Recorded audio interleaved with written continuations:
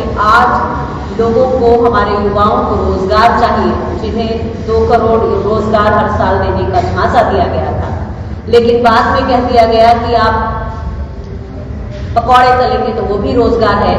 तो आज हमारे युवाओं को रोजगार चाहिए, हमारी गृहिणियों को महंगाई से निजात चाहिए, हमारे देश की सरहदों को सुरक्षा चाहिए और हमारे देश के सभी लोगों को आपस में सद्भाव चाहिए। और हमें अमीर बढ़ने से कोई प्रॉब्लम नहीं है, अमीर बढ़े, लेकिन अमीर और गरीब दोनों ना, उनके बीच की खाई ना बढ़े, गरीबी ना बढ़े, क्योंकि अब 27 करोड़ लोग गरीबी की रेखा के नीचे चले गए हैं।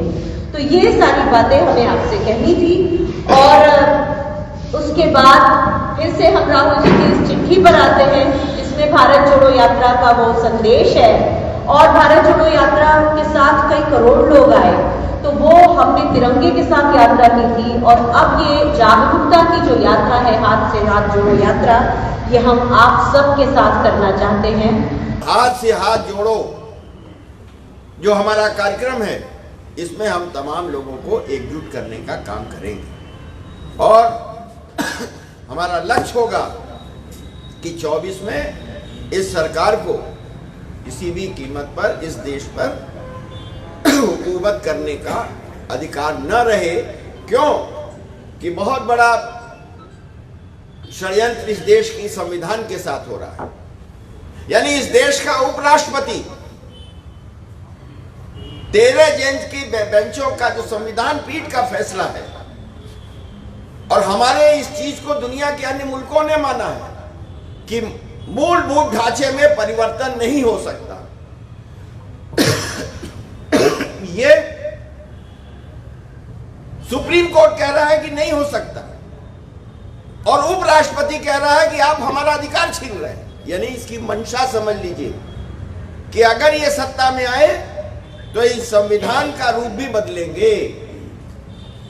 ये खतरे देश के सामने हैं, ये चुनौतियां देश के सामने हैं। कांग्रेस पार्टी आजादी के आंदोलन से निकली हुई पार्टी आज उन मूल्यों की रक्षा के लिए एक एक कांग्रेस जन इस लड़ाई में शामिल होगा और एक एक घर तक पहुंचेगा। हाथ से हाथ जोड़ो यात्रा ये क्यों करनी पड़ रही है?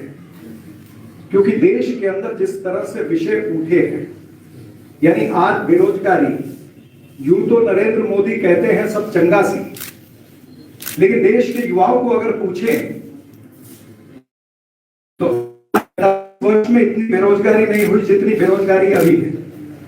सीएमआई का डेटा यानी सरकार का डेटा कहता है कि 8.4% से ज्यादा बेरोजगारी हो चुकी है। एक तरफ बेरोजगारी और दूसरी तरफ महंगाई की मार। यानी महंगाई को अगर आप देखें तो वो जीवन आवश्यक वस्तुएं हैं या पेट्रोल डीजल है या अनेक और सारी वस्तुएं हैं, हर चीज, एलपीजी गैस जो 410 रुपए की मिलती थी वो आज 1050 रुपए की मिलती है। उसी तरह से पीएनजी गैस। तो बेरोजगारी, महंगाई और उसके बाद जो इस सरकार ने वादा किया था किसानों से कि 2022 तक हम सभी किसानों की आय जो है वो दुगनी करेंगे, एमएसपी C2 प्लस 50% की एमएसपी हम देंगे, उस वादे पर भी ये खरे नहीं उतरे। उल्टा किसानों की जो आमदनी है वो घटी है और लागत उनकी बढ़ गई है। युवाओं से धोखा, किसानों से धोखा और उसी तरह से महंगाई।